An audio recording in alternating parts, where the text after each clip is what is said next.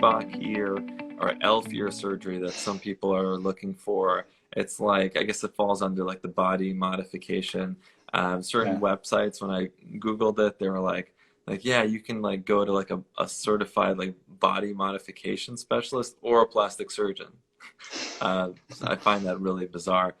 I Yeah. haven't had anyone request that in my practice. I don't know if you've run into any patients Not with yet, that. no. No? Usually they're trying to get me to fix that, to get away from that. But yeah, it's again, I mean, to some degree, I guess we cater to what patients want. It may not necessarily be something that we would personally want, but to some degree, I guess you can cater to that. But the one thing I would caveat, some of the people that are going through bigger changes is make sure it's not like a run-of-the-mill decision. It's not something they're just deciding, that day, because those changes are not reversible, and so it will never look like a normal year again if they decide that they don't like it and want to go back to kind of how it was. And so, for those patients, I'd really caution them to make sure that they kind of know what they're getting into and that they really want to do this. And I've seen some case reports of people having problems, like they can't sleep on that ear afterward. It's so sensitive after procedures like that. And so, Yeah.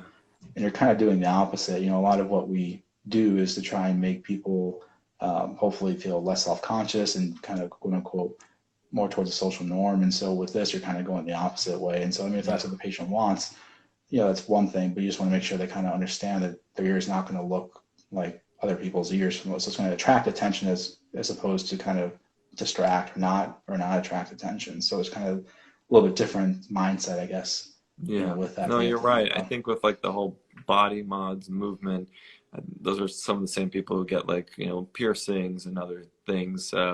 In a way, I guess it is, like you said, to attract attention rather than to kind of blend in. And one of the best lines I've ever heard about plastic surgery was that plastic surgery shouldn't scream, it should whisper. And I think Right. like you and I, we basically yeah, emulate that in our practices. But yeah, you're right. Like this is the exact opposite. It's like someone who puts in, I don't know, like very large breast implants on all of their patients, and Right. that's really not how most plastic surgeons like to practice, and or the types of patients that we want to attract into our practices. But it's out there, and people might be looking for it, and maybe they have a great reason why they want that. I don't know. Sure.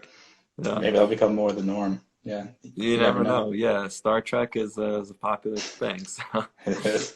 uh,